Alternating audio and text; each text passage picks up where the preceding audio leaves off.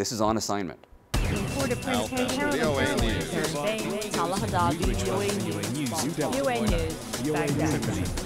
News. Hey everyone, welcome to On Assignment. I'm Alex Villarreal. And I'm Imran Siddiqui. Coming up, a case of blasphemy in Pakistan, or was it? We'll hear from our correspondent in Islamabad. The art of painting preservation. We'll hear from an artist who saves the work of others. A song about a wall from a young Egyptian woman goes viral. And the recent Asia-Pacific Economic Cooperation Summit in Russia. What did it accomplish? We'll hear these stories and more as we take you on assignment.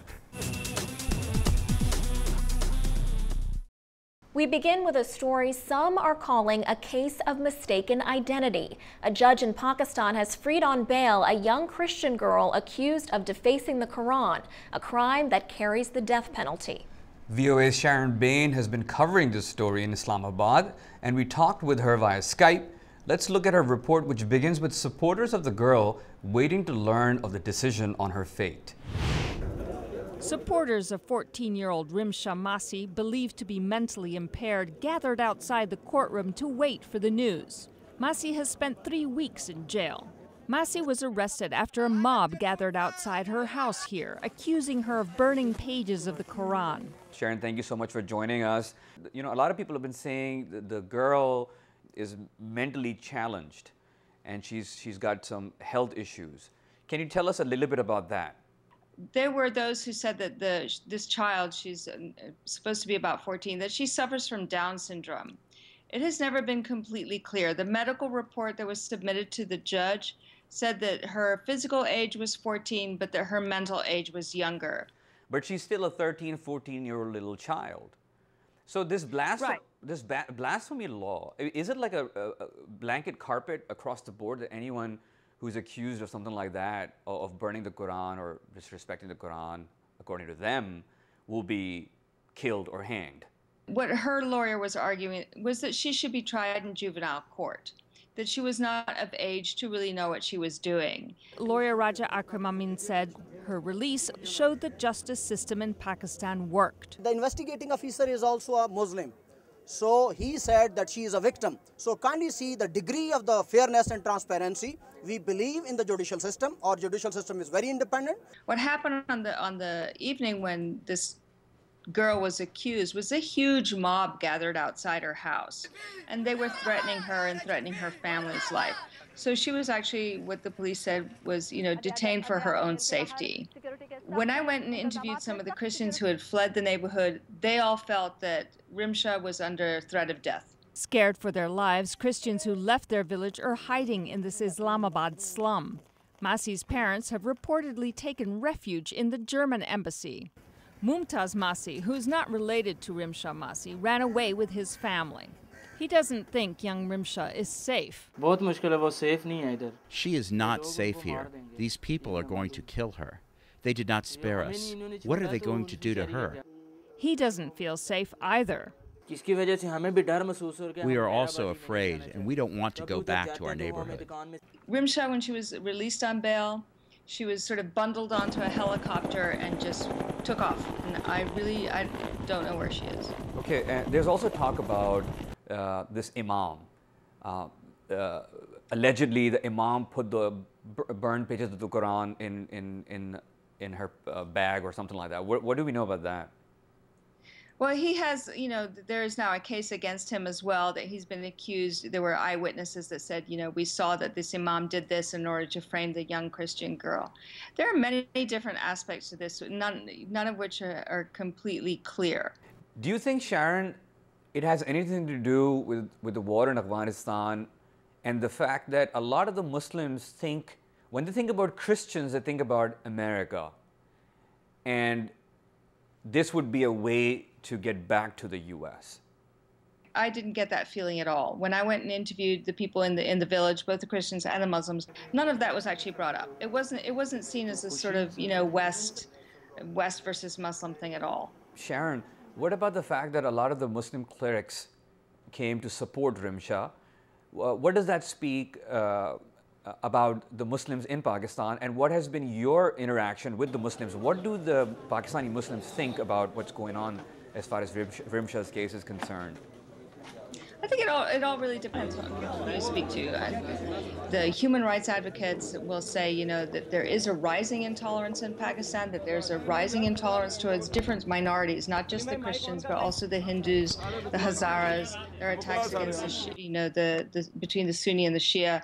So there's a feeling that there's a rising intolerance. The human rights activist that I spoke to, Farzana Bari, said that she believes this is happening at the level of the local clerics who have a more extremist form interpretation of Islam, and that they're sort of whipping up this intolerance. But on a day-to-day interaction, I really have not felt anything like that. Within Islamabad, it's a pretty open place. Fantastic. Looking forward for more reporting. Thank you so much for joining us, Sharon. The governor of Punjab, one of the largest provinces of Pakistan, was recently killed when he stood up against the controversial blasphemy law in Pakistan. Since then, people of all faiths have been rallying together in defiance of that law, Alex.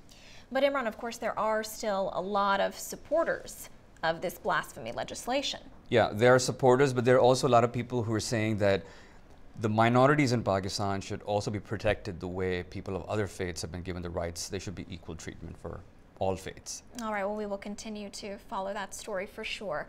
We're going to take a break now. Still to come, did you ever wonder how old murals are repainted and preserved? Well, we are going to show you. You're watching On Assignment.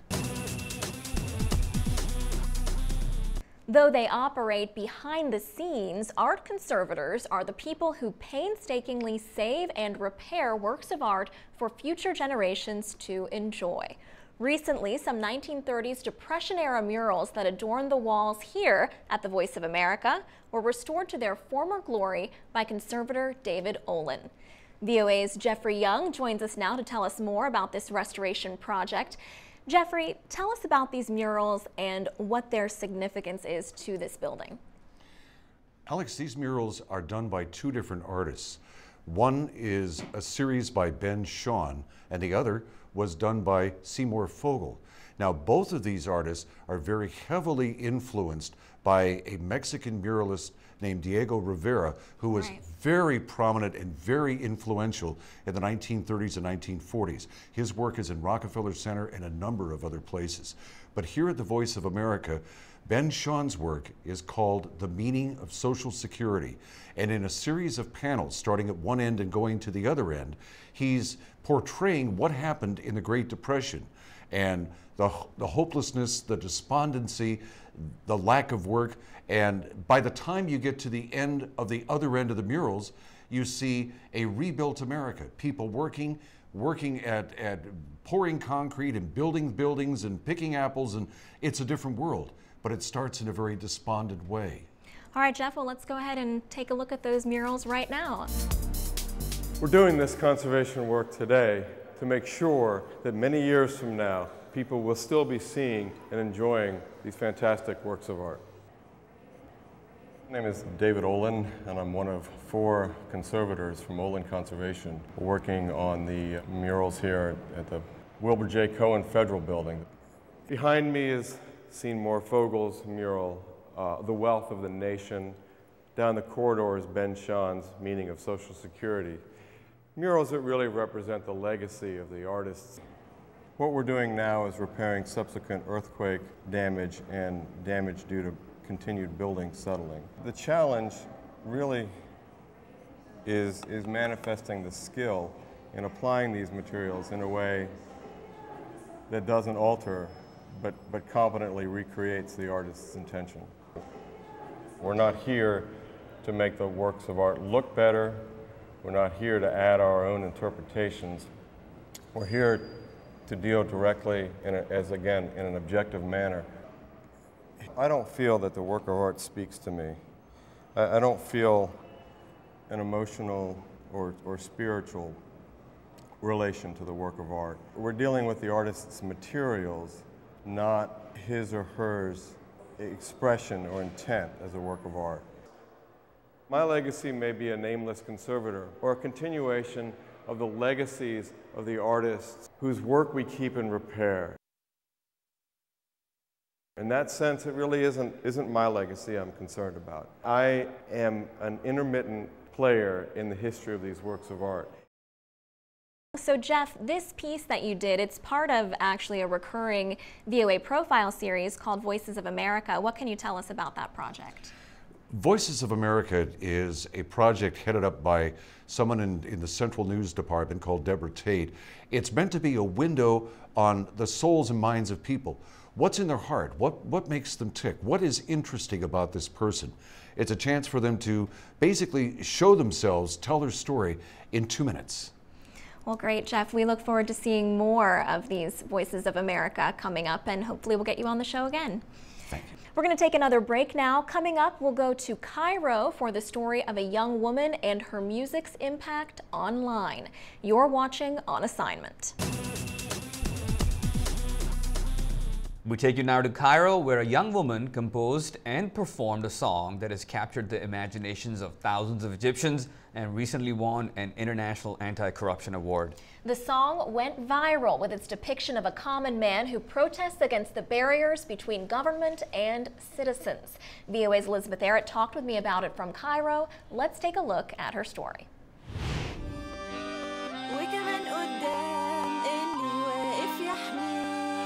In a light and lilting voice, she tells the story of a poor man who stands before a wall and peed on the wall and on those who built it. But the lyrics from a poem by her friend Walid Taher were written in 2005, well before last year's revolution. When Walid wrote it before, he didn't mean this wall. Of course, it was more like a philosophy or something about any wall. We see all these images of protesters angrily massing in the streets, but that's not really the full story. There are other people who have taken a much softer approach. Tell us about this singer that you found, Yusra El-Hawari. Well, certainly she does stand in sharp contrast to the images that we've been seeing, the rock throwing and worse. She's a very soft-spoken, very intelligent, very sort of impish young woman who has taken her form of protest in a very lighthearted but still serious way.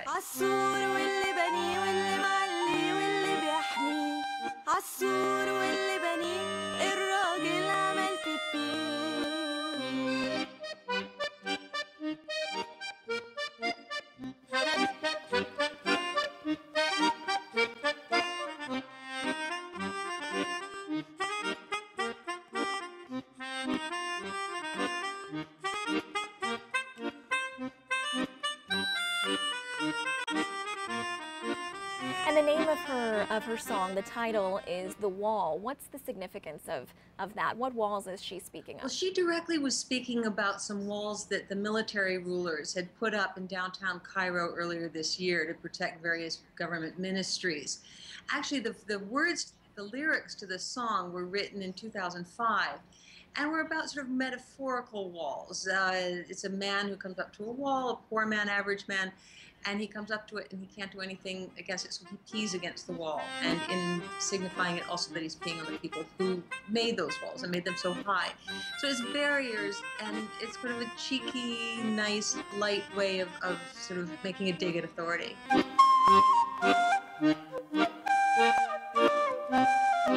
Now, what was interesting, I thought, from your piece is hearing Yusra El-Hawari, hearing her say that she really doesn't feel that things have changed much under the new government, even after democratic elections.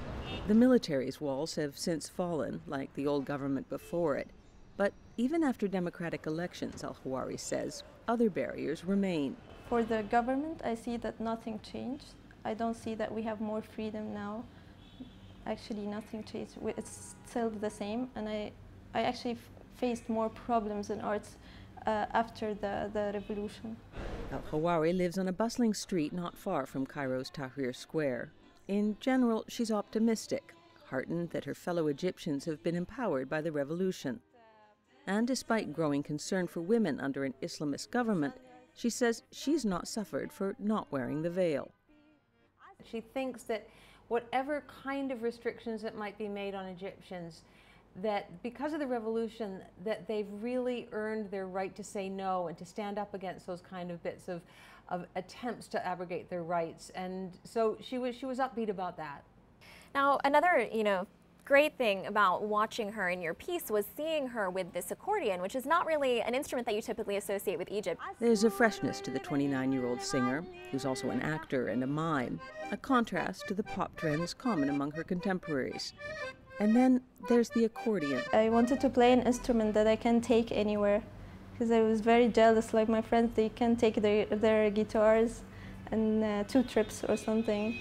And I play piano, so I can take it anywhere. The song went viral, catching the attention of the fair play judges in Brazil, where she'll receive her prize in November and take part in a Voices Against Corruption festival.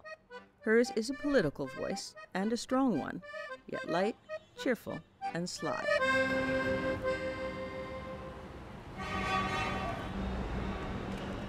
All right, so thanks again to Elizabeth Arad, who reports for the Voice of America from Cairo. Now on to Russia, where U.S. Secretary of State Hillary Clinton recently promoted a new Trans-Pacific partnership at the APEC summit, a prospect that's causing concern in China.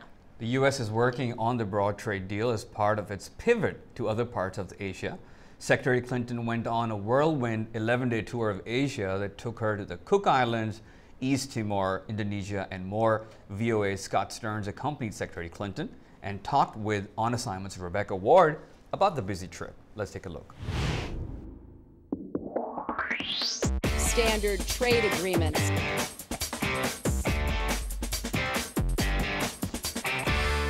This was another Asia trip for her. She spent a lot of time in Asia this year as part of the Obama administration's so-called Asia pivot.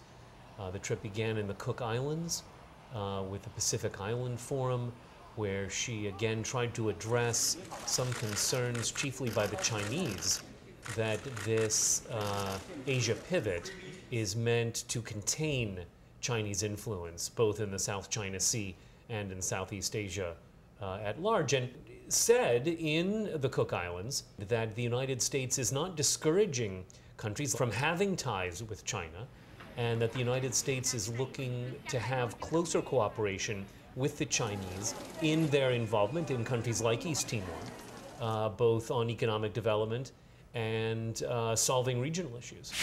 The Trans-Pacific Partnership aims to bring together Australia, Brunei, Chile, Malaysia, New Zealand, Peru, Singapore, Vietnam, and the United States to promote innovation and investment. Secretary Clinton says that's good for business. The private sector needs to stand up for the system that will allow you to thrive over the long run.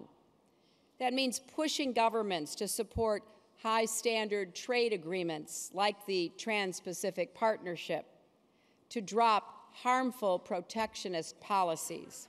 The partnership will require members to agree to third-country tribunals to decide whether investment obligations have been met. Noticeably absent from the Trans-Pacific Partnership is China. Secretary Clinton says the Trans-Pacific Partnership will raise the bar for competition in a way that benefits all Asian economies, whether or not they're partners in the trade deal. So your trip culminated at APEC in Vladivostok, Russia. What were the issues discussed as far as trade among APEC nations, and what were the resolutions or determinations made at the meeting? I would say foremost on the minds of APEC members is the weakness of the Chinese economy. Even though it's still growing at greater than 7%, which is a rate that many countries, including the United States, would love to see, that's down. And being the dominant economy in the region, the world's second largest economy, that affects everyone in Southeast Asia. Secretary Clinton's thoughts on that issue were the pursuit of what's called a Trans-Pacific Partnership, which is a trade alliance that the United States is trying to make with 8 other Pacific nations outside of APEC. It does not include China, again raising some concerns among the Chinese, but her point was that increased trade among these countries will help everyone in the region, whether they're active members of this Trans-Pacific Partnership or not. I think the most important real result of this was an agreement to reduce tariffs on green technology, solar cells, and products that are made for capturing both solar and wind power tariffs in APEC countries can be as high as 20%. And there's a resolution now among APEC members to cap that at 5%, which will help both the expansion of green technology in the region and will help countries like the United States that produce them. So what is it like to travel with Secretary of State Hillary Clinton? You describe her as something as a celebrity. She is, and to my mind, she uses her celebrity to advance, the goals that she has in each country. The traveling press corps on a Secretary of State trip is relatively small. It's about a dozen people. You travel in her plane, though, all the way in the back, packed into coach seats. You certainly have access to different people than you would in your normal routine at the State Department. The Secretary comes back on the plane, from time to time to chit-chat. She travels a lot at a grueling pace. In the course of this 11-day trip, I think 3 of the nights that we spent sleeping on the plane. So, it's your job to keep up with her. The drought this year here in the United States and in many of the world's top grain-producing regions has raised fears over global food prices and security. Farmers in Britain, Russia, and elsewhere are working to fill the gap in grain supplies, but Europe consumes much of the grain it grows. VOA's Sayla Hannessy has a story from London. Grayson has just been hit with its wettest summer in 100 years, and that's been bad news for a lot of farmers, especially inland and in the north. But in this eastern pocket of Suffolk, wheat yields have been good. Farmer Robert Raven has already harvested his wheat and says the quality seems to be high. He says although agriculture here does suffer shocks, on the whole, farmers in Western Europe tend to get by. Europe has a more sort of a less variable harvest, shall we say, over the years, purely because our weather is more predictable, I suppose. So although we do suffer from volatility ourselves, it's certainly not the extremes you get elsewhere. In the United States, the world's leading corn producer, the worst drought in more than half a century has depleted crops, with this year's production expected to be the lowest in the past 6 years. In Russia, another top grain supplier, a heat wave has slashed the wheat harvest by around 1/4, causing grain prices to spike and raising concerns about a global food crisis. Peter Hazel is an expert on world food problems at Imperial College London. He says relatively good yields in the European harvest this year are good news, but won't resolve worries over food insecurity. Hazel says in recent years, the ratio of supply and demand has become too finely balanced. All the food that we produce these days is used, whereas in the past we always had surpluses. We don't have those surpluses anymore. Hazel says in the long term, extra food won't be coming from countries that are already the world's top producers, but from places where land has yet to be fully exploited. Sayla Hennessy for VOA News, Suffolk. And that is our show for this week. Join us again next week when we go inside Somalia for a look at some newly liberated areas there. We'll also take a look at Kosovo as that country takes further steps towards independence. For more on today's program, check out voanews.com where you can see all of our past episodes. And we're also on Facebook and YouTube. Thank you so much for watching. We'll catch you next week.